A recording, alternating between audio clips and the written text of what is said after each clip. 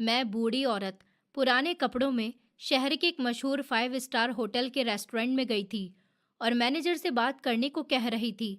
लेकिन वेटर ने मुझे ऊपर से लेकर नीचे तक देखा और गुस्से से बोला कि यहाँ सिर्फ वीआईपी लोग आते हैं, आप किसी लोकल ढाबे पर चली जाइए।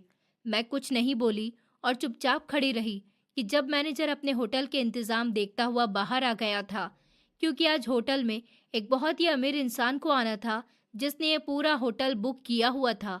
मैनेजर मुझे देखकर हैरान रह गया और वो वेटर, उसके तो होश उड़ गए जब उसने सुना कि मैं बूढ़ी औरत कौन हूँ। मैं कोई और नहीं बल्कि माँ जी, ये कोई अनाथ आश्रम नहीं है जो आप इस तरह मुंह उठाकर यहाँ चली आई हैं। ये शहर का सबसे महंगा 5 स्टार होटल है। यहाँ आप जैसे लोगों की कोई जगह नहीं है।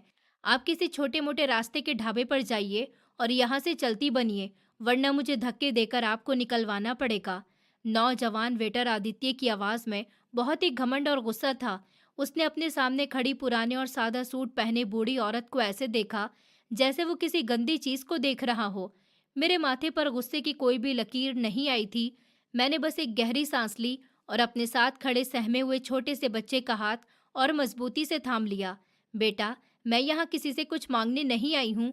मुझे बस आपके मैनेजर साहब से मिलना है। आप प्लीज़ कुछ करके उन्हें बुला दीजिए। मुझे उनसे एक बहुत ज़रूरी काम है। आप अपने मैनेजर को बुलाइए, वो मुझे पहचान जाएंगे। मैं यहाँ सिर्फ उनसे मिलने आई हूँ। मेरी आवाज़ में एक अजीब सा ठहराव और बहुत ज़्यादा सुकून था, जो आदित्य को और भी ज़्यादा जहर लग रहा था। माँ जी, आपको मेरी बात एक बार में समझ नहीं आती क्या? मैंने आपको साफ साफ शब्दों में कह दिया है कि मैनेजर साहब आज बहुत ज़्यादा बिजी हैं। वो आप जैसे गरीब से मिलने नहीं बैठे। वो आप जैसे लोगों से मिलकर अपना वक्त बर्बाद नहीं कर सकते। आदित्य ने काउंटर पर जोर से हाथ मारते हुए बहुत ऊंची आवाज में कहा था, ताकि आसपास के खड़े लोग भी मुझ बूढ़ी औरत की बेबसी का तमाशा देख सकें। बेटा, इंसान कपड़ों से नहीं अपने काम से बड़ा होता है। आपको किसी बूढ़े लोगों से इस तरह ऊंची आवाज में बात नहीं करनी चाहिए। सादगी में इंसान की अच्छाई छुपी होती है। घमंड तो ऊपर वाले की चादर है। मैंने बहुत नरमी से और प्यार से जवाब दिया, लेकिन आदित्य मेरा मजाक उड़ाते हुए जोर जोर से हंसने लगा था। लो भाई, अब ये माँ जी हमें तमीज़ का सबक सिखाएंगी। मुझे आपकी इन पुरानी किताबी और नकली बातों में कोई दिलचस्पी नहीं है। मेरा वक्त बर्बाद मत करिए और यहाँ से जल्द बाहर निकल जाइए, इससे पहले कि मैं सिक्योरिटी गार्ड को बुला लूँ। आदित्य की इन सख्त और धमकियों भरी बातों से वो छोटा सा बच्चा और ज्यादा डर गया था। उसने मेरी टांगों से लिपटकर रोने वाली सूरत बना ली थी। माँ, ये गंदे अंकल आपको क्यों डांट रहे हैं? छोटे बच्चे ने मासूमियत से पूछा तो मैंने झुककर उसे अपने सीने से लगा लिया था और उसके माथे पर प्यार किया कि नहीं मेरे बच्चे, ये अंकल गंदे नहीं है, ये बस थोड़े से नासमझ हैं। इन्हें मालूम नहीं कि मेहमानों के साथ कैसा सुलूक किया जाता है। हम अभी मैनेजर अंकल से मिलकर अंदर बड़े हॉल में चलेंगे। तुम बिल्कुल मत डरो। मैंने उस बच्चे को तसल्ली दी थी और फिर सीधे खड़े होकर आदित्य की आंखों में देखा था। बेटा, मैं आपसे उलझना नहीं चाहती। आपका जो काम है आप वो करिए। आप बस मैनेजर गौरव साहब को ये बता दीजिए कि शिल्पा वर्मा आई हैं। वो खुद दौड़ते हुए आ जाएंगे। आपको और कोई परेशानी नहीं होगी। मैं कोई आम बूढ़ी औरत नहीं थी और ना ही कोई आज आम दिन था। मैं वो बूढ़ी शहर की सबसे बड़ी और अमीर दर्जनों अनाथ आश्रम की मालिक और एक बहुत ही अमीर औरत शिल्पा वर्मा थी, जिसकी ढेर सारी दौलत का अंदाज़ा लगाना आम इंसान के बस की बात ही नहीं था। मेरी इंपोर्ट एक्सपोर्ट की कंपनी पूरे शहर की सबसे बड़ी और सबसे ऊंची कंपनी बन चुकी थी, लेकिन इतनी दौलत आने के बाद भी मेरे अंदर वो गरीब औरत कभी भी नहीं मरी थी, जो आज से ठीक 30 साल पहले सारा दिन सख्त धूप में काम करती थी और दूसरों के घरों में बर्तन धोया करती थी और शाम को कुछ सिक्के लेकर अपने पति रमेश के पास लौटती थी। रमेश एक बहुत ही अच्छा पति था, लेकिन एक बार किसी कार वाले ने उसे आकर ठोक दिया था और वो अब चल फिर नहीं सकता था। इसलिए सारा बोझ मेरे कंधों पर ही आ गया था। वो रूखी सूखी रोटी खाकर भी बहुत खुश रहता था और कभी भी मुझसे कोई शिकायत नहीं करता था। दिन रात की कड़ी मेहनत, ईमानदारी और ऊपर वाले के दिए हुए यकीन ने मोहब्बत की तकदीर बदल कर रख दी थी। मैंने एक छोटी सी दुकान से कपड़े का काम शुरू किया और फिर ऊपर वाले ने मेरा काम इतना बढ़ा दिया कि मैं पीछे मुड़कर नहीं देख सकी। मैं आज भी वही सादा सलवार सूट पहना करती थी जो मैं नौकरी के टाइम पर पहनकर जाती थी। मेरे मैनेजर और दोस्त मुझे अक्सर समझाते थे कि मैं अब एक बहुत बड़ा नाम बन चुकी हूँ, मुझे अपने रहने सहने पर ध्यान देना चाहिए। इस होटल का मैनेजर गौरव भी अक्सर कहता था कि मैडम, आप शहर की सबसे बड़ी और इज्जतदार औरत हैं। आप कम से कम अच्छे ब्रांड का सूट ही पहन लिया करें। लोग आपके पुराने होलिये की वजह से आपको पहचान नहीं पाते और काफ़ी बार गलतफहमी का शिकार हो जाते हैं। लेकिन मैं हमेशा एक ही सुकून भरी मुस्कुराहट के साथ जवाब देती थी, गौरव, मिट्टी के इंसान को हमेशा मिट्टी से ही जुड़कर रहना चाहिए। महंगे कपड़े हमारे शरीर को तो सजा देते हैं, लेकिन इंसान की आत्मा को नहीं। ये सारी दौलत मेरी नहीं है, ये तो मेरे ऊपर वाले की देन है और मुझे इस अमानत को बहुत सादगी से ही संभालना है। अगर मैंने महंगे कपड़े पहन लिए और बड़ी गाड़ियों में घूमने लगी, तो मेरे अनाथ बच्चे मुझसे दूर हो जाएंगे। वो मुझे अपनी माँ नहीं बल्कि कोई अमीर औरत समझने लगेंगे और मैं अपने बच्चों से दूरी किसी भी कीमत पर बर्दाश्त नहीं कर सकती हूँ। मेरी इसी सादगी और आदत की वजह से शहर के बहुत कम लोग मुझे शक्ल से पहचानते थे। लोग शिल्पा वर्मा का नाम तो बहुत अच्छे से जानते थे, लेकिन उन्होंने कभी मेरी तस्वीर अखबारों में नहीं देखी थी, क्योंकि मैं दिखावी बातों से बहुत ही ज्यादा दूर भागती थी। आदित्य लगातार मुझे बहुत ही नफरत भरी नजरों से घूर रहा था और दिल ही दिल में बुरा भला भी कह रहा था कि ये बूढ़ी कितनी ढीठ है और बेशरम भी, कि इतनी बेइज्जती के बाद भी यहाँ से जा नहीं रही। माँ जी, आज इस होटल में शहर की सबसे बड़ी अमीर औरत की बुकिंग है और मैनेजर साहब उनके वीआईपी मेहमानों के इंतजाम में लगे हुए हैं और वो तुम जैसे मामूली लोगों के लिए अपना काम नहीं छोड़ सकते। आदित्य ने अपनी नाक को सुकेड़ते हुए बहुत ही नफरत से कहा था। उसे मेरे पुराने कपड़े और मेरी चप्पल देखकर बहुत ही घुटन महसूस हो रही थी। बेटा, तुम इतने परेशान क्यों हो रहे हो? मैंने तुमसे कहा है ना कि अगर तुम्हारे मैनेजर ने कुछ भी पूछा तो मैं उन्हें बता दूंगी कि मैं अपनी मर्जी से यहाँ पर खड़ी हूँ। तुम्हारी नौकरी पर कोई भी आंच नहीं आएगी। तुम बेफिक्र रहो और बस अपना काम करो। तुम सिर्फ मैनेजर को एक बार यहाँ बुला दो, वो मुझे देखते ही पहचान जाएंगे। अगर उन्होंने कुछ भी कहा तो मैं तुम्हारी जिम्मेदारी लेती हूँ। मैं तुम्हें इस नौकरी से नहीं जाने दूंगी। मैंने मुस्कुराकर जवाब दिया था, जिससे आदित्य का गुस्सा और ज्यादा बढ़ गया था। आप मुझे मत बताइए कि मैनेजर साहब क्या कहेंगे और क्या नहीं कहेंगे, और मैं अभी सिक्योरिटी को बुलाकर लाता हूँ। फिर आपको पता चलेगा कि इस इज्जत से चले जाना किसे कहते हैं और धक्के खाना किसे कहते हैं। आपकी औकात ही क्या है कि आप मेरी जिम्मेदारी लेंगी और मेरी नौकरी बचा सकेंगी? ये जो आप कह रही हैं कि मैनेजर को बुला दीजिए, मैं खुद बात कर लूंगी। अगर उन्होंने मुझे ही नौकरी से निकाल दिया तो क्या होगा? आप तो कुछ भी नहीं कर पाएंगी। आदित्य का अपना रिश्ता खुद एक बहुत गरीब और कच्ची आबादी वाले इलाके से था। उसकी माँ ने सारी जिंदगी लोगों के घरों में झाड़ू पोछा करके और बर्तन धोकर उसे होटल मैनेजमेंट का कोर्स करवाया था, ताकि उसका बेटा कोई अच्छी नौकरी पा सके और उनकी गरीबी और मुश्किल दिनों के दिन हमेशा के लिए खत्म हो सके। लेकिन जब से आदित्य को ये शानदार 5 स्टार होटल में नौकरी मिली थी, तो उसका दिमाग तो आसमान पर पहुंच गया था। वो भूल ही गया था कि वो खुद किस मिट्टी से उठकर आया है और उसकी अपनी औकात क्या है। उस पर अमीरी जैसे जिंदगी गुजारने की और उनकी तरह रहने का भूत सवार हो गया था कि वो अपने गरीब रिश्तेदारों तक से मिलने में अब शर्म महसूस करने लगा था। उसे लगता था कि गरीब होना कोई बहुत बड़ी गलती है। इसी छुपे हुए एहसास ने उसे इतना सख्त और घमंडी बना दिया था कि वो एक बूढ़ी औरत से बात करने की तमीज भी भूल बैठा था। मेरी जिंदगी में दौलत तो बहुत ज्यादा आ गई थी, लेकिन खुशियां ज्यादा देर तक मेरा साथ नहीं निभा सकी थी। एक शाम जब मैं अपने ऑफिस में बैठी एक बहुत बड़ी डील फाइनल कर रही थी, तो मुझे फोन कॉल आई, जिसने मेरी हंसती खेलती पूरी दुनिया उजाड़ कर रख दी थी। मेरा प्यारा पति रमेश और मेरी इकलौती जवान बेटी पायल एक खतरनाक ट्रैफिक हादसे का शिकार हो गए थे। वो लम्हा मेरे ऊपर किसी भारी तूफान की तरह टूटा था। वो औरत जो कभी अपनी जिंदगी के किसी भी बड़े से बड़े नुकसान पर नहीं रोई थी, उस दिन अस्पताल के ठंडे फर्श पर गिरकर छोटे बच्चों की तरह दहाड़े मार मार कर रो रही थी। लोगों को लगा कि मैं पूरी तरह टूट जाऊंगी और शायद मेरी बाकी जिंदगी किसी अंधेरे कमरे में रोते हुए गुजर जाएगी। लेकिन मैंने अपने गम को अपनी ताकत बना लिया था। मैंने रातों को उठ उठकर ऊपर वाले से प्रार्थना करी और फिर एक दिन मैंने अपने पति और बेटी के नाम पर शहर के अलग अलग गरीब इलाकों में अनाथ आश्रम और हॉस्पिटल बनाना शुरू कर दिए, जहां गरीबों का मुफ्त इलाज होता था।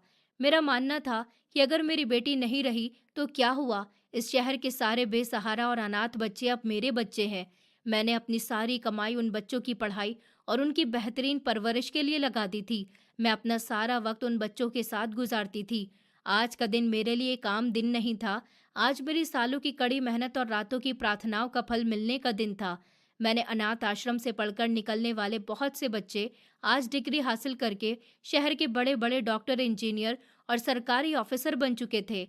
मैंने उन सारे कामयाब बच्चों की खुशी में ये बहुत बड़ी और शानदार पार्टी करना चाहती थी। अपने मैनेजर गौरव को बुलाकर मैंने उन्हें खास और सख्त बातें कही थी कि शहर के सबसे शानदार और महंगे 5 स्टार होटल का सबसे बड़ा हॉल बुक किया जाए और पैसों की कोई भी परवाह ना की जाए। गौरव ने उस वक्त बहुत हैरानी से पूछा था कि हम ये फंक्शन अपने अनाथ आश्रम के ग्राउंड में भी तो कर सकते हैं। इतने महंगे होटल में लाखों रुपए खर्च करने की क्या जरूरत है? हम वो पैसे किसी अच्छे काम में लगा सकते हैं। मैंने गहरी सांस ली और गौरव की आंखों में देखते हुए कहा था, गौरव साहब, ये बच्चे सारी उम्र इस एहसास से दूर रहे हैं। उन्होंने हमेशा खुद को सोसाइटी में दूसरों से नीचा ही समझा। आज मैं उन्हें यह एहसास दिलाना चाहती हूँ कि वो किसी से भी कम नहीं है। मैं उन्हें शहर के सबसे ऊंचे इंसान जैसी इज्जत देना चाहती हूँ, ताकि उन्हें पता चल सके कि उनकी माँ उनसे कितनी मोहब्बत करती है। मैं उन्हें कभी भी अकेलेपन का एहसास नहीं दिलाना चाहती। मैंने इसीलिए उन्हें अपने अनाथ आश्रम में पाला था कि कभी उन्हें किसी चीज़ की कमी महसूस न हो सके। इसलिए मैंने उनकी पढ़ाई में कभी कोई कमी नहीं की, उनकी परवरिश में कोई कमी नहीं की, क्योंकि मैं नहीं चाहती थी कि मेरे बच्चे कभी भी ये सोचें कि हम सोसाइटी में नीचे हैं। मैं उन्हें कभी भी नीचा होता हुआ नहीं देख सकती। वो मेरे लिए सबसे बढ़कर हैं। आज वो सारे बच्चे इस महंगे होटल में कोई आम मेहमान नहीं, बल्कि वीआईपी बनकर आएंगे और उनको पूरी दुनिया देखेगी कि अनाथ आश्रम के बच्चे भी राजा जैसे इज्जत कमा सकते हैं। उनका भी हक है कि वो भी एक रात के लिए इस अमीरी को महसूस कर सके। मैं अपने बच्चों को कभी भी उदास नहीं देख सकती। मैं उनकी हर ख्वाहिश पूरी करना चाहती हूँ और हर बच्चे की एक ख्वाहिश होती है कि जिंदगी में कभी न कभी उसे ऐसा महसूस हो कि वो दुनिया का सबसे अमीर इंसान है। और मैं यही चाहती हूँ कि जब वो आज अपनी पढ़ाई पूरी करे और अपनी डिग्री लेकर आए, तो खुद को किसी से कम महसूस ना कर सके। फंक्शन शाम 6 बजे शुरू होने वाला था, लेकिन मैं अपनी पुरानी आदत के हिसाब से हर चीज़ को खुद देखना चाहती थी। इसलिए मैं शाम 4 बजे ही होटल पहुंच गई थी। मेरे साथ अनाथ आश्रम का एक छोटा सा मासूम बच्चा भी था, जिसने मेरी उंगली बहुत मजबूती से पकड़ी हुई थी और वो हैरत से होटल की चमक धमक को देख रहा था। आदित्य को अब बहुत ज़्यादा गुस्सा आने लगा था। उसने काउंटर से बाहर निकलकर मेरे बिल्कुल पास आते हुए धमकी भरे लहजे में कहा था, आपको मेरी नरमी समझ नहीं आ रही है। मैं आखिरी बार कह रहा हूँ कि इज्जत से यहाँ से चली जाइए, वरना मैं आपको धक्के देकर बाहर फेंक दूंगा और आपकी ये सारी तमीज़ यहीं पर गिरकर रह जाएगी। मैं आप जैसी 2 टके की औरतों को बहुत अच्छी तरह से जानता हूँ, जो बड़े बड़े होटलों में घुसकर मुफ्त का खाना ढूंढती हैं। आदित्य की आवाज़ अब इतनी ऊंची हो गई थी कि वहां से गुजरने वाले कुछ लोगों ने भी रुककर इस तमाशे को देखना शुरू कर दिया था। छोटा बच्चा मेरी टांगों के पीछे छुपकर सिसकियां ले रहा था। उसे समझ नहीं आ रहा था कि अंकल मेरे साथ इतना बुरा सलूक क्यों कर रहे हैं।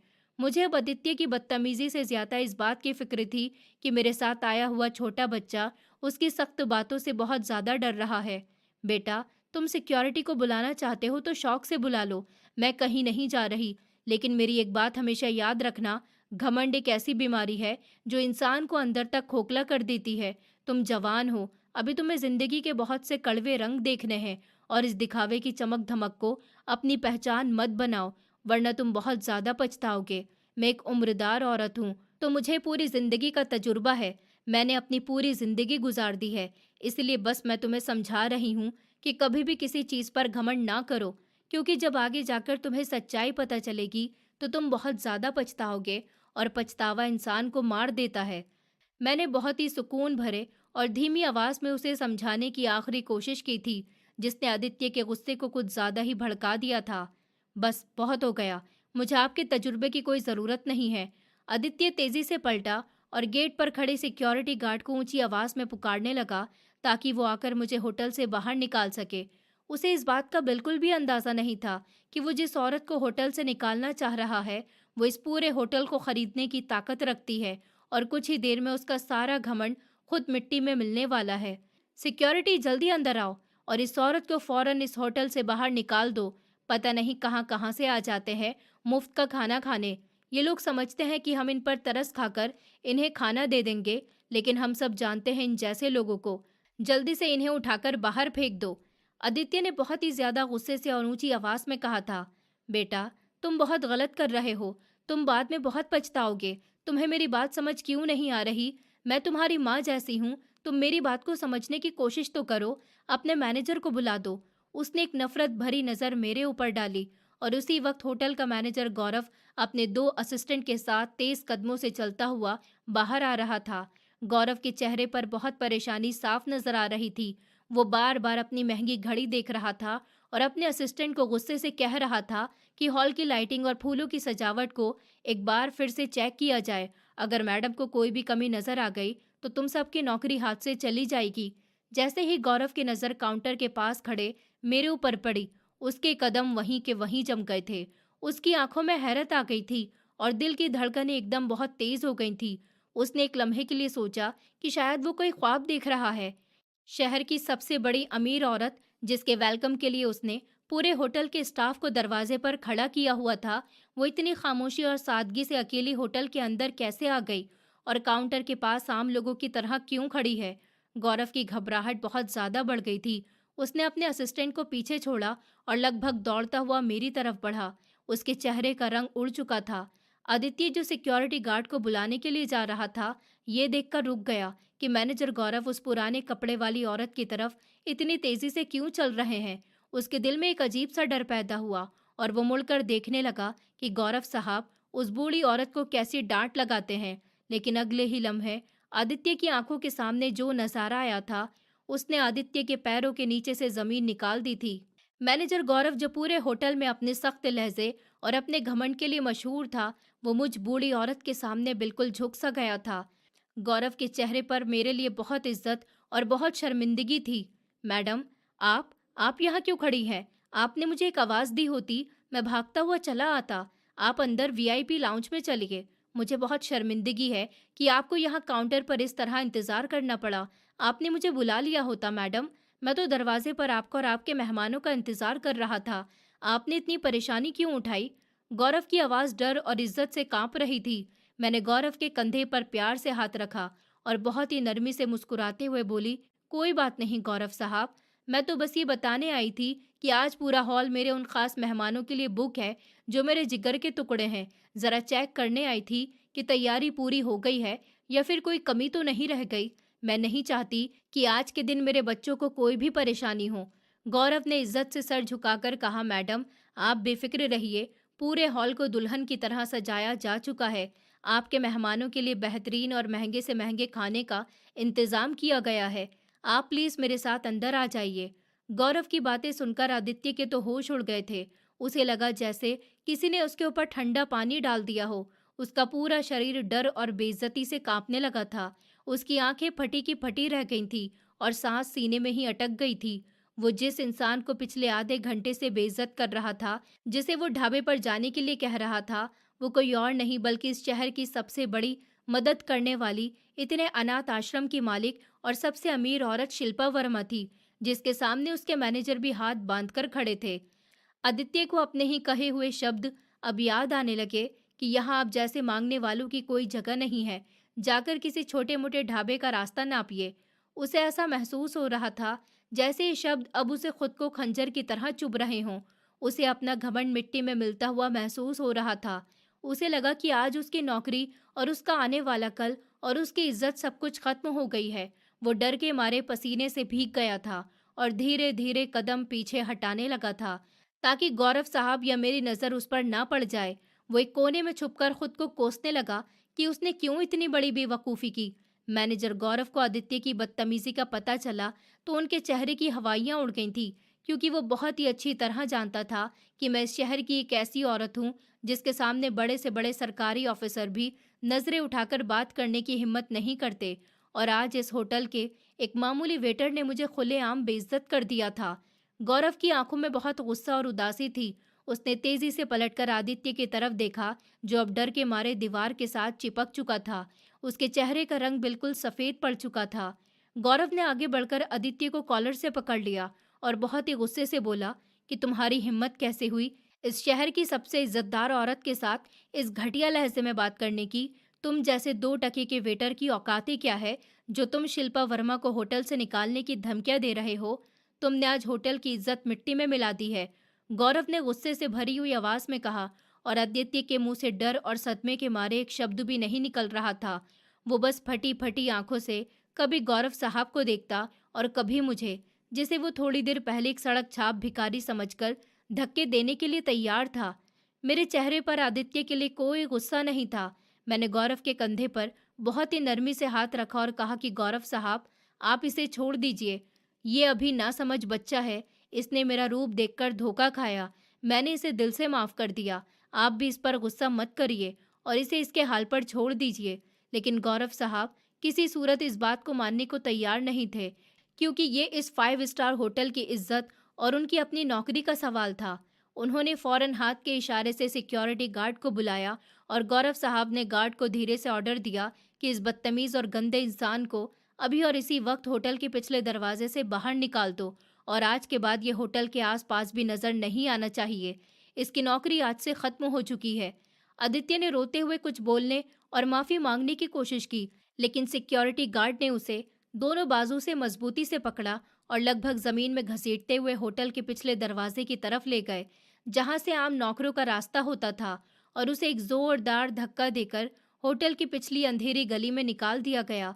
होटल की वो पिछली गली बहुत सुनसान, अंधेरी और बदबूदार थी, जहां होटल के कचरे के बड़े बड़े डब्बे रखे हुए थे और हर तरफ अंधेरा फैला हुआ था। आदित्य गार्ड के धक्के की वजह से जोर से जमीन पर गिरा और फिर संभलकर वहीं सिमटकर ठंडी सीढ़ियों पर बैठ गया था। शाम की सख्त हवा के तेज झोंके उसके पसीने से भीगे हुए चेहरे से टकरा रहे थे और उसका दिमाग किसी खतरनाक मच्छर की तरह तेजी से घूम रहा था। उसे बिल्कुल समझ नहीं आ रहा था कि कोई पिछले कुछ मिनट में उसकी हंसती खेलती और सुकून भरी जिंदगी किस तरह एक भयानक तूफान में बदलकर बर्बाद हो गई थी। वो नौकरी जिस पर वो दिन रात इतना घमंड करता था, जिस नौकरी को पाने के लिए उसकी बूढ़ी माँ ने लोगों के घरों में झाड़ू पोछा करके बर्तन धोके उसे होटल मैनेजमेंट का कोर्स करवाया था, वो नौकरी आज उसके अपने घमंड और बदतमीजी की वजह से उसे छिन गई थी। उसे अपने शरीर पर पहना हुआ 5 स्टार होटल का वो महंगा और ब्रांडेड यूनिफॉर्म अब किसी कांटे की तरह चुभता हुआ महसूस हो रहा था और पैरों में पहने चमकदार जूते अब बिच्छू की तरह काट रहे थे। वो दोनों हाथों से अपना सर पकड़कर जोर जोर से रोने लगा। उसे समझ ही नहीं आ रहा था कि उसने अपने ही हाथों से अपनी ही नौकरी खो दी है, जिसकी वजह से उसको इतना घमंड था। आज उसका घमंड मिट्टी में मिल चुका था। क्या ही हो जाता कि अगर वो उस बूढ़ी औरत से इज्जत से बात कर लेता, कम से कम उसकी नौकरी तो बच जाती। लेकिन कहते हैं ना कि इंसान का घमंड ही उसकी बर्बादी का सिला बनता है। उसे अपना वो घटिया और घमंडी लहजा बार बार याद आ रहा था, जब उसने बहुत ही इज्जतदार बूढ़ी औरत को नफरत से देखा था और उसे प्यार और तमीज सिखाने की नाकाम कोशिश की थी। वो सीढ़ियों पर बैठा लगातार रोए जा रहा था। अब उसे समझ नहीं आ रहा था कि उसके साथ क्या होने वाला है। मैनेजर का रवैया देखते हुए उसे यही लग रहा था कि उसे नौकरी से निकाल दिया गया है, और अगर उसे नौकरी से निकाल दिया गया होगा तो वो अब कहाँ जाएगा। वो बस यही सोचे जा रहा था कि अब वो खाली हाथ घर जाकर अपनी बूढ़ी माँ दिव्या को क्या मुंह दिखाएगा, जो उसकी इस महीने की सैलरी से घर का राशन लाने और उसके बीमार भाई की महंगी दवाइयाँ खरीदने की उम्मीद लगाए बैठी थी। इधर होटल के अंदर शानदार नज़ारा बिल्कुल अलग और बहुत ही खूबसूरत शक्ल में आ चुका था, क्योंकि हॉल के बड़े शीशे वाले खूबसूरत दरवाजे से शहर के वो सारे बड़े लोग अंदर आना शुरू हो गए थे, जिन्हें मैंने सालों पहले सड़कों से उठाकर अपने हाथों से पाला था। कोई ऊंची पुलिस की वर्दी पहना हुआ था, तो कोई बड़े डॉक्टर का कोट पहने हुए था, कोई शहर का नामी गिरामी वकील था, तो कोई बड़ा बिजनेसमैन बन चुका था। ये सब अकेले और अनाथ बच्चे थे, जिन्हें सोसाइटी ने कचरे के ढेर पर रोने के लिए छोड़ दिया था, लेकिन मैंने उन्हें वहां से उठाकर अपने साथ रखा था और उन्हें सोसाइटी में एक अच्छी इज्जत दिलाई थी। इसमें से एक लड़का जिसका नाम ईशान था, वो मुझे शहर के एक गंदे मोहल्ले के कूड़े के ढेर में पड़ा हुआ मिला था। वो बहुत छोटा सा था जब वो मुझे मिला था। मैं उसे अपने साथ लेकर आ गई थी। मैंने उसे पाल पोस कर बड़ा किया। जब वो 8 साल का हुआ तो उसने मुझे बताया कि उसका सपना एक बहुत बड़े डॉक्टर बनने का है। मैंने उसकी हर ख्वाहिश को पूरा किया, उसे डॉक्टर की डिग्री दिलाई और आज वो मेरे सामने डॉक्टर के कोट में खड़ा हुआ था। सब लोग जैसे ही बारी बारी हॉल में आए, उनकी बेचैन नज़र सिर्फ और सिर्फ अपनी प्यारी माँ को तलाश कर रही थी, और जैसे ही उन्होंने मुझे बिल्कुल बीच में सोफे पर बैठे देखा, तो वो सब अपनी इज्जत और अपने नाम को भूलकर दौड़कर मेरे पास आ गए थे। किसी ने मेरे झुके भारी हाथों को मोहब्बत से चूमा, तो किसी ने रोते हुए मुझे मजबूती से गले लगा लिया। हॉल की वो महंगी सजावट दिल के आंसुओं के सामने बिल्कुल फीकी और मामूली पड़ गई थी। उन्हीं लोगों में ईशान भी मेरे पास आया था। माँ देखिए, आज आपकी वजह से मैं डॉक्टर बन गया हूँ। मैं कितना अच्छा लग रहा हूँ ना। वो मुझे अपना कोट दिखाते हुए बहुत ही प्यार से कह रहा था। हाँ बेटा, अब तू लोगों का अच्छे से इलाज करना, अपने सपने को पूरा करना। मैंने उसके गालों पर हाथ रखते हुए बहुत ही प्यार से कहा था और वो मुस्कुराने लगा था। ऐसे ही एक लड़की और थी जिसका नाम पलक था। वो मुझे मेरे घर के दरवाजे पर मिली थी और वो मुझे बिल्कुल अपनी बेटी पायल की तरह प्यारी थी और वो देखने में भी थोड़ी बहुत पायल की तरह ही लगती थी। मैं उससे बहुत ज़्यादा प्यार करती थी। मैंने उससे पूछा कि तुम्हारा सपना क्या है? तो उसने मुझे बताया कि वो एक पायलट बनना चाहती है। मैंने उसे हमेशा अपने सीने से लगाकर रखा था। मैंने सारे ही बच्चों को अपने सीने से लगाकर पाला था। लेकिन पलक की बात ही कुछ और थी। वो मुझे बिल्कुल अपनी बेटी की तरह लगती थी। उसमें मुझे अपनी सगी बेटी नज़र आती थी। मैंने उसके भी सपने को पूरा किया और वो भी आज पायलट की यूनिफॉर्म में मेरे सामने खड़ी थी। उसे देखकर मेरी आंखों में आंसू आ गए थे। वो भागती हुई मेरे तरफ आई और बोली, माँ, आज मैं बहुत खुश हूँ। देखिए ना, मेरा सपना पूरा हो गया, वो भी सिर्फ आपकी वजह से। उसकी आंखों से भी आंसू झलक पड़े थे। मेरी बेटी, सपना कैसे पूरा ना होता? आखिर मेरी बेटी का सपना था। मैं तुमसे बहुत प्यार करती हूँ। मैंने उसके माथे को चूमते हुए कहा था। उसने मेरे हाथों को अपने हाथ में लिया और बहुत प्यार से कहा, माँ, मैं भी आपसे बहुत ज़्यादा प्यार करती हूँ। अगर आप नहीं होती तो पता नहीं आज मैं कहाँ होती। मैंने उसके होठों पर हाथ रख दिया कि नहीं बेटी, ऐसा नहीं कहते। अगर मैं नहीं भी होती तो तुम भी आज इसी जगह पर खड़ी होती। तो वो मुझे देखकर मुस्कुराने लगी थी। गौरव साहब और होटल का बाकी स्टाफ दीवारों के साथ खड़ा ये हैरत भरा नज़ारा देखकर हैरान रह गया था। मेरी आंखों में भी खुशी के आंसू चमक रहे थे। मैं हर बच्चे को उसके नाम से पुकार रही थी और उनकी सारी कामयाबियों के किस्से पूछ रही थी। मुझे उस लम्हे ऐसा लग रहा था जैसे मेरे अपने सगे बच्चे, मेरी पायल लौटकर मेरे पास आ गई हो। मेरा वो सारा पुराना दुख जो मैंने अपने पति और बेटी की मौत पर सालों पहले सहा था, वो आज इन हजारों बच्चों की शानदार कामयाबी देखकर बहुत ठंडे और सुकून की छाँव में बदल गया था। मैंने बहुत ही प्यार से अपने बच्चों को अपने साथ सोफे पर बिठाया और गौरव साहब को हाथ के इशारे से ऑर्डर दिया कि वो मेहमानों के लिए बेहतरीन खाने का इंतज़ाम शुरू कर दें। गौरव साहब ने फौरन अपने स्टाफ को दौड़ाया और कुछ ही देर में हॉल के अंदर स्वादिष्ट खानों की खुशबू हर तरफ फैलने लगी थी। मेहमानों का आना जाना शुरू हो गया और इस खूबसूरत माहौल में मैं आदित्य और उसकी बदतमीजी को पूरी तरह भूल कर बैठ चुकी थी। होटल की पिछली अंधेरी गली में बैठा आदित्य अब और वहां अकेला नहीं बैठ पा रहा था। उसका दिल बहुत बेचैनी और पछतावे से फट रहा था। वो उठा और दबे कदमों से चलता हुआ होटल के शीशे वाले बड़े दरवाजे के पास आकर खड़ा हो गया, जहां से अंदर हॉल का पूरा नज़ारा साफ दिखाई दे रहा था। वो शीशे के साथ अपना चेहरा लगाकर अंदर झांक रहा था और उसकी आंखों में लगातार गर्म आंसू बह रहे थे। वो देख रहा था कि अंदर किस तरह बहुत से स्वादिष्ट खानों की थाल सजाई जा रही है और मैं बूढ़ी औरत उसे बहुत सुकून से नजर आ रही थी। आदित्य को अंदर का वो सुकून भरा माहौल देखकर अपनी बदतमीजी पर और ज्यादा रोना आ रहा था कि वो कितना बदकिस्मत था जो इतने बड़े इंसान के आशीर्वाद लेने के बजाय उनकी बद्दुआ और नाराजगी को लेकर होटल से निकल गया था। वो किसी गहरी सोच और पछतावे में गुम शीशे के अंदर देख रहा था कि अचानक उसकी नज़र दो ऐसे लोगों पर पड़ी जो हॉल के अंदर आ रहे थे। उन दोनों को देखते ही आदित्य के पैरों के नीचे से पूरी जमीन निकल गई थी। उसकी आंखें हैरत और बहुत सदमे से पूरी तरह फैल गई थी और उसे ऐसा लगा जैसे उसके दिल की धड़कनें एक लम्हे के लिए पूरी तरह से रुक गई हों। वो कोई और नहीं बल्कि उसकी अपनी बूढ़ी माँ दिव्या और उसका छोटा भाई राहुल था, जो पुराने और सस्ते कपड़ों में हॉल के अंदर खड़े थे और उनके चेहरों पर बहुत घबराहट और हैरानी साफ नजर आ रही थी। आदित्य को बिल्कुल समझ नहीं आ रहा था कि उसकी माँ और भाई यहाँ इस वक्त इस महंगे होटल के अंदर क्या कर रहे हैं और वो यहाँ तक कैसे पहुँचे। उसका दिमाग किसी उलझी हुई डोर की तरह उलझ गया था। दिव्या और राहुल दरअसल इस होटल के किचन में दिहाड़ी पर बर्तन धोने और सफाई करने के लिए आए थे, क्योंकि आज की इस बड़ी पार्टी की वजह से होटल को ज़्यादा स्टाफ की ज़रूरत थी। मोहल्ले की एक औरत ने दिव्या को इस काम के लिए बुला लिया था ताकि उसे कुछ ज़्यादा पैसे मिल सके। दिव्या बहुत मेहनती और इज्जतदार औरत थी। उसने सोचा कि वो किचन में चुपचाप अपना काम करेगी और आदित्य को पता भी नहीं चलेगा। लेकिन किचन के इंचार्ज ने अचानक दिव्या के हाथ में पानी के गिलासों की एक भारी ट्रे पकड़ा दी और उसे हुक्म दिया कि वो जाकर हॉल में बैठे मेहमानों को पानी पेश करे। उसकी माँ और भाई दोनों अपने काम में इस तरह बिजी थे कि उन्हें थोड़ी देर पहले होने वाले किसी हंगामे का पता ही नहीं चला था और ना ही आदित्य जानता था उनकी मौजूदगी के बारे में। दिव्या सर झुकाए पानी की ट्रे उठाए हॉल के अंदर आई थी और राहुल भी अपनी माँ के पीछे पीछे चल रहा था। लेकिन जैसे ही दिव्या हॉल के बिल्कुल बीच में पहुंची, उसकी नज़र सामने बड़े सोफे पर बैठी उस बूढ़ी औरत पर गई जो बहुत प्यार से अपने पुलिस ऑफिसर के सर पर हाथ फेर रही थी। दिव्या के कदम वहीं फर्श के साथ चिपक गए थे।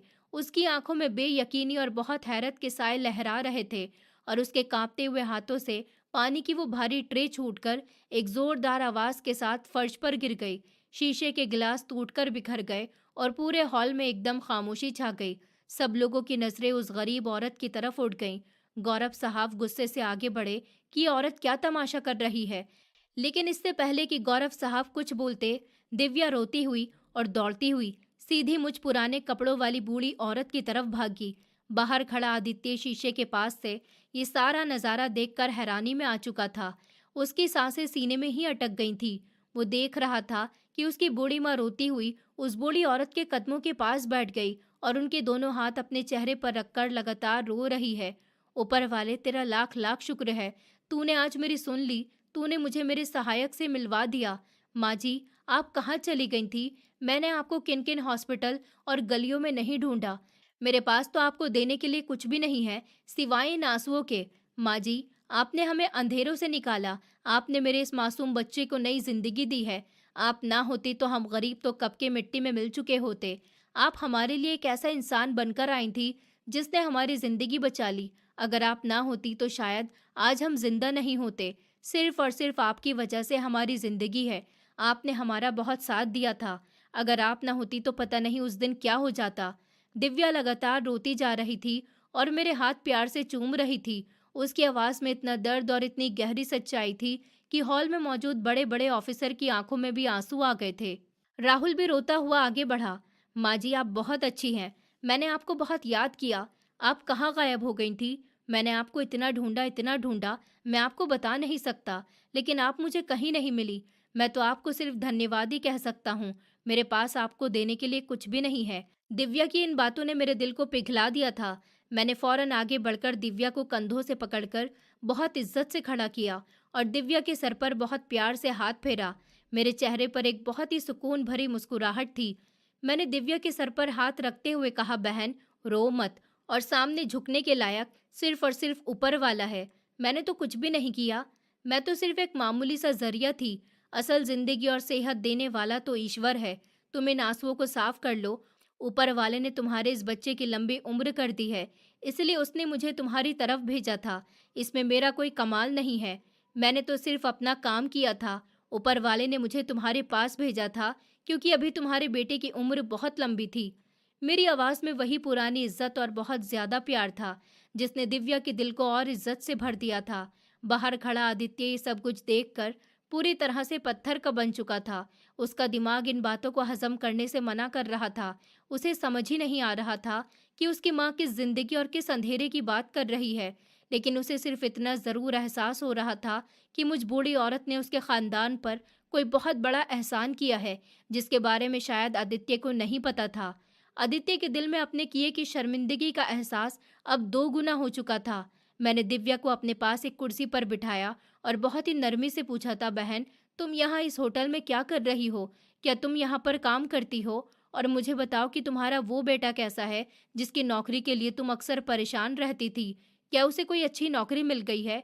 दिव्या ने अपने दुपट्टे के पल्लू से अपने आंसू साफ किए और एक गर्व भरी मुस्कुराहट के साथ बोली कि माँ जी, मैंने अपने जिस बेटे को पढ़ाने के लिए सारी उम्र लोगों के घरों में मेहनत मजदूरी की है, और ऊपर वाले का शुक्र है कि मेरे बेटे को इसी 5 स्टार होटल में एक बहुत अच्छी और इज्जतदार वेटर की नौकरी मिल गई है। आज इस होटल में ये इतना बड़ा फंक्शन था तो किचन वालों ने मुझे और मेरे बेटे को भी दिहाड़ी पर बर्तन धोने के लिए बुलवाया था। मैंने मुस्कुराकर पूछा कि ये तो बहुत अच्छी बात है, मैं तुम्हारे उस बेटे से मिलना चाहूंगी। दिव्या ने फौरन जवाब दिया, माँ जी, उसका नाम आदित्य है और वो बाहर रिसेप्शन वाले काउंटर पर ड्यूटी देता है। वो बहुत ही मेहनती लड़का है। जैसे ही दिव्या की जबान से आदित्य का नाम निकला, मेरे चेहरे पर एक लम्हे के लिए गहरी हैरानी उभरी, लेकिन मैंने फौरन खुद को कंट्रोल में कर लिया। और वैसे ही साथ खड़े गौरव साहब भी हैरान रह गए थे, जैसे किसी ने उनके ऊपर ठंडा पानी डाल दिया हो। गौरव साहब का रंग एकदम पीला पड़ गया और उनके चेहरे पर बहुत शर्मिंदगी और घबराहट छा गई। उन्होंने अचानक एक नज़र मेरी तरफ देखा, जो बहुत ही सुकून से खड़ी थी, लेकिन गौरव साहब की अपनी हालत बहुत ज़्यादा खराब हो रही थी। मैंने गौरव साहब की तरफ देखा और बहुत धीमी मगर इज्जतदार आवाज़ में कहा, गौरव साहब, ज़रा जाइए और आदित्य को अंदर हॉल में बुलाकर बुलाइए, ताकि मैं उसकी माँ के सामने उससे मिल तो सकूं। जाइए, जल्दी से उसे बुलाकर लाइए और कहिए कि हमने और उसकी माँ ने उसे बुलाया है। गौरव साहब ने नज़र झुका ली और बोला, मैडम, वो मुझे माफ़ कर देना, लेकिन आदित्य अब होटल के अंदर मौजूद नहीं है। मैंने हैरानी से उनकी तरफ देखते हुए पूछा था, क्यों गौरव साहब, वो कहाँ चला गया? क्या उसकी ड्यूटी ख़त्म हो गई या उसे कोई इमरजेंसी हो गई? जवाब दीजिए आप। मैडम, आपको तो पता है कि उसने कुछ देर पहले काउंटर पर आपके साथ कैसी बदतमीज़ी की थी, इसलिए मैंने आपके अंदर आने के बाद उसे उसी वक्त नौकरी से निकाल दिया था। मैंने वही किया मैडम, जो एक बदतमीज नौकर के साथ करना चाहिए था। वो इसी के लायक था। गौरव की बात सुनकर दिव्या के पैरों के नीचे से जमीन निकल गई। उसकी आंखों के सामने अंधेरा छाने लगा था। उसे अपने कानों पर बिल्कुल विश्वास नहीं आ रहा था कि उसका अपना खून, उसका अपना मेहनत से पाला हुआ बेटा इतना घमंडी हो गया कि उसने अपने खानदान के सहायक की खुलेआम बेइज्जती कर दी। ये आप क्या कह रहे हैं साहब? मेरा आदित्य तो ऐसा बिल्कुल भी नहीं कर सकता। उसे ज़रूर कोई गलतफ़हमी हुई होगी, वो नहीं जानता होगा कि ये कौन है। दिव्या ने रोते हुए गौरव की रिक्वेस्ट की, लेकिन गौरव ने सख्ती से सर हिला दिया। मेरे चेहरे पर भी थोड़ी सी सख्ती आ गई थी। मैंने गौरव के चेहरे की तरफ देखा। गौरव साहब, मैंने आपसे पहले ही कहा था कि वो नासमझ है और मैंने उसे दिल से माफ़ कर दिया। आपको मेरी इजाज़त के बिना उसे होटल से इस तरह बेइज्जत करके नहीं निकालना चाहिए था। इंसान को सुधरने का एक मौका ज़रूर मिलना चाहिए। अभी के अभी जाइए और अपने गार्ड्स को भेजकर उसे पूरी इज्जत के साथ वापस हॉल के अंदर लेकर आइए। गौरव साहब ने फौरन इज्जत से सर झुका दिया और तेजी से होटल के पिछले दरवाजे की तरफ दौड़ पड़े, ताकि आदित्य को तलाश करके वापस ला सके। जबकि बाहर खड़ा आदित्य ये सारी बातें सुनकर शर्म से पानी पानी हो रहा था और उसका दिल चाह रहा था कि जमीन फट जाए और वो उसके अंदर घुस जाए। मैनेजर गौरव तेजी से होटल के पिछले दरवाजे की तरफ भागा, ताकि आदित्य को ढूंढकर मेरे सामने पेश कर सके। उसे अपनी नौकरी की फिक्र खाई जा रही थी, क्योंकि मेरा ऑर्डर टालना उसके बस की बात नहीं थी। गौरव जैसे ही होटल के उस अंधेरी और सुनसान गली में पहुंचा, उसने देखा कि आदित्य शीशे के साथ अपना चेहरा लगाए खड़ा है। गौरव ने आगे बढ़कर आदित्य का कंधा सख्ती से पकड़ा और बोला, आदित्य, तुम यहाँ पर क्या कर रहे हो? चलो अंदर हॉल में, शिल्पा मैडम तुम्हें बुला रही हैं। और याद रखना, अगर तुमने अंदर जाकर कोई बदतमीजी दिखाने की कोशिश की तो मैं तुम्हें सीधा पुलिस के हवाले कर दूंगा। तुमने आज पहले ही कोई कसर नहीं छोड़ी है। गौरव की आवाज में अभी भी बहुत गुस्सा था, लेकिन आदित्य पर इस वक्त गौरव की किसी भी धमकी या गुस्से का कोई असर नहीं पड़ रहा था, क्योंकि वो शीशे के पास हॉल में अपनी माँ को रोता हुआ देखकर पहले ही अंदर से पूरी तरह टूट चुका था। आदित्य ने अपनी नम और सूजी हुई आंखों से गौरव को देखा और बिना एक शब्द बोले खामोशी से अपना सर झुकाकर उसके पीछे पीछे चल पड़ा। उसके कदम बहुत ही भारी हो चुके थे। जैसे ही आदित्य गौरव के पीछे चलता हुआ हॉल के अंदर आया, तो वहां मौजूद हर इंसान की नज़र उसके ऊपर जम गई थी। पुलिस ऑफिसर, बड़े डॉक्टर और होटल का स्टाफ सब उसे देख रहे थे, लेकिन आदित्य की शर्मिंदगी से नजरें झुकी हुई थी और फिर अपनी मां पर जम गई थी, जो मेरे पास खड़ी हुई थी। दिव्या ने जैसे ही अपने बेटे को इस बेइज्जती भरी हालत में अंदर आते देखा, तो उसके अंदर की ममता और गुस्सा एक साथ जाग उठे। उसने तेजी से आगे बढ़कर आदित्य का कॉलर पकड़ा और उसे झंझोड़ते हुए बहुत ही दुख भरी आवाज में बोली, आदित्य, मुझे सच सच बताओ, क्या सच में तूने इनकी बेइज्जती की है? क्या तुझे इंसान की पहचान ही नहीं रही? दिव्या की आवाज दुख और बहुत सदमे से भरी हुई थी और आदित्य ने जवाब दिए बिना अपने सर को और ज्यादा झुका लिया था। आदित्य को खामोश और मुजरिमों की तरह खड़ा देखकर दिव्या का दिल कट सा गया था और उसने अपना माथा पीट लिया था। आदित्य, जो जानता ही नहीं था कि ये बूढ़ी औरत कौन है, ये वो इंसान है जिन्होंने उस वक्त में हमारा हाथ थामा था, जब तुम्हारे सगे मामू और चाचू ने हमें धक्के देकर घर से निकाल दिया था, जब डॉक्टर ने जवाब दे दिया था और कह दिया था कि अगर कल सुबह तक 10 लाख रुपए जमा ना हुए तो राहुल के दिल का इलाज हमेशा के लिए बंद हो जाएगा और वो मर जाएगा। मैं उस रात सरकारी अस्पताल के उस ठंडे और मुश्किल कॉरिडोर में दीवार से सर टिकाकर रो रही थी और ऊपर वाले से अपने बच्चे की जिंदगी मांग रही थी कि मुझ गरीब माँ से उसका ये दर्द सहा नहीं जाएगा। मैं कहाँ से इतने पैसे लाती? तभी ये बूढ़ी औरत वहां से गुजर रही थी। क्योंकि यह हॉस्पिटल में गरीब और बेचारे मरीजों की मदद करती थी और उनका हालचाल पूछने आई हुई थी। उन्होंने मेरे सर पर बिल्कुल अपनी माँ की तरह हाथ रखा और मुझसे मेरी परेशानी पूछी और फिर खामोशी से जाकर हॉस्पिटल के काउंटर पर पूरे 10 लाख रुपए नकद जमा करवा दिए ताकि मेरे बच्चे का ऑपरेशन फौरन शुरू हो सके। जब मैंने उन्हें धन्यवाद कहने के लिए ढूंढा तो वो जा चुकी थी। उन्होंने मुझ पर इतना बड़ा एहसान किया और अपना नाम तक नहीं बताया। बस एक नर्स ने मुझे बताया था कि कोई बहुत बड़ी औरत आई थी जो अक्सर यहाँ पर भी सारे लोगों की इसी तरह खामोशी से मदद करके चली जाती है। मैंने उस दिन उनका वो खूबसूरत चेहरा अपने दिल में बसा लिया था और आज पूरे 8 महीने बाद जब मैंने इन्हें यहाँ देखा तो मेरा दिल खुशी से पागल हो गया। लेकिन तूने क्या किया आदित्य? तूने इसी सहायक के साथ बदतमीजी की। दिव्या की ये दर्द भरी बातें सुनकर हॉल में मौजूद हर इंसान की आंखें भीग गई थी और आदित्य को लगा जैसे जमीन फट जाए और वो उसमें हमेशा हमेशा के लिए चला जाए। आदित्य के अंदर रही सही हिम्मत भी जवाब दे रही थी और वो सीधा मेरे कदमों में आकर मेरे दोनों हाथ थामकर बैठ गया और उन्हें बहुत ही प्यार से चूमने लगा।